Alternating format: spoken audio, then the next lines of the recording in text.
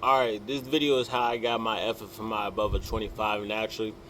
My FFMI currently sits at a 26. In the past couple of days, it's been up to a 26.3, maybe dropped to about a 25.9 at lowest 25.8. But currently, this morning it's at a 26 even. So I'm gonna teach you how to get above a 25 naturally. So to start, FFMI is fat-free mass index. Fat-free mass index is taking your height, your weight, and your body fat percentage and coming up with a fat-free mass index score.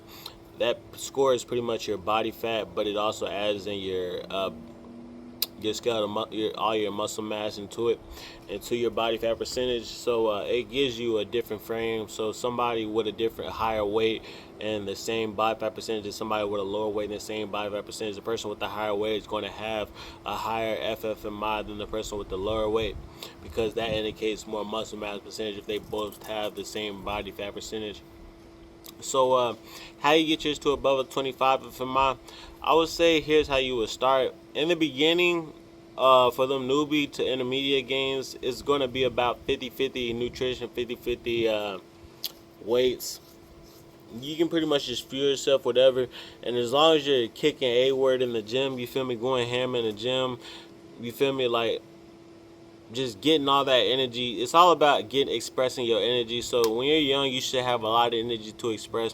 So if you expressing that energy in the fullest and the right ways in the gym, it'll slowly and steadily climb up. A lot of y'all can reach 22 FFMIs, and a couple of y'all can reach 23 FFMIs. That's where I want to really start my argument with, is the 22 and the 23 FFMIs.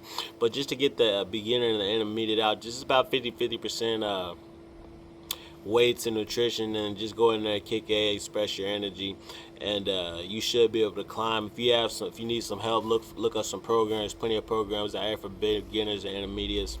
I would also stick with, that's just my personal advice: free weights, bench press, you feel me, deadlifts, cool, barbell rows I like better, and squats. You stick with those power three in the beginning, and you cannot go wrong with building mass. So stick with those, get to a 22, 23 FMI, and then we're going to start right here with the real conversation. With a 22, 23 FMI, that's where it becomes more so about 80% nutrition, 20% fitness. I say that because it becomes more psychological at that point. The output kind of becomes more and more overweighing of the value of the lifting. So you're putting on marginal gains. The gains get marginally less, and which is a low value, but the output is marginally higher. The weights and stuff you're gonna have to be putting up to keep up, it's gonna be heavier.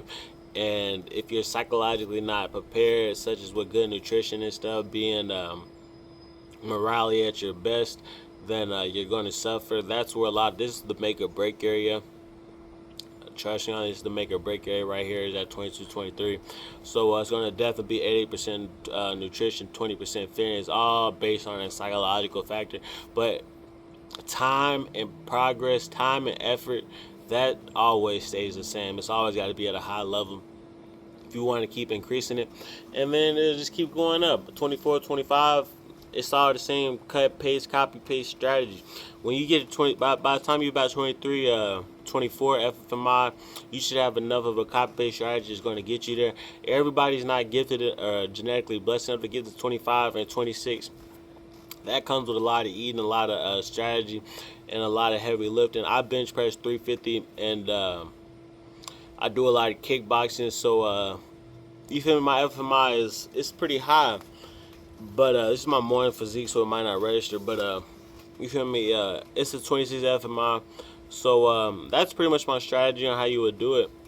You feel me? Just understand the 50-50 in the beginning while you're getting your newbie intermediate gains, and then more so 80-20 for the psychological factor of what good nutrition can do for you and how it can push you along. And then for those final crunch moments, it's just grinding. You just got to grind it out. Understand it's not fun, but you also benefit more from rest. You grow in rest. You resting in the lead. It's like you rest in the lead. You do a lot of resting in the lead when you at that 25 26 FMI. Your body kind of becomes a machine at that point. Like, it's the most, when you're natural, you get to benefit from a lot of rest. Resting, like you benefit from rest. Trust me on it. At that 25 range, you benefit so much from rest. It's not fun.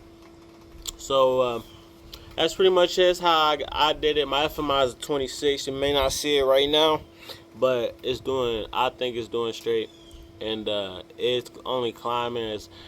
It's only, you feel me. So we doing good. Everybody keep working. Let's work. Let's, you feel me. Let's work gorillas up.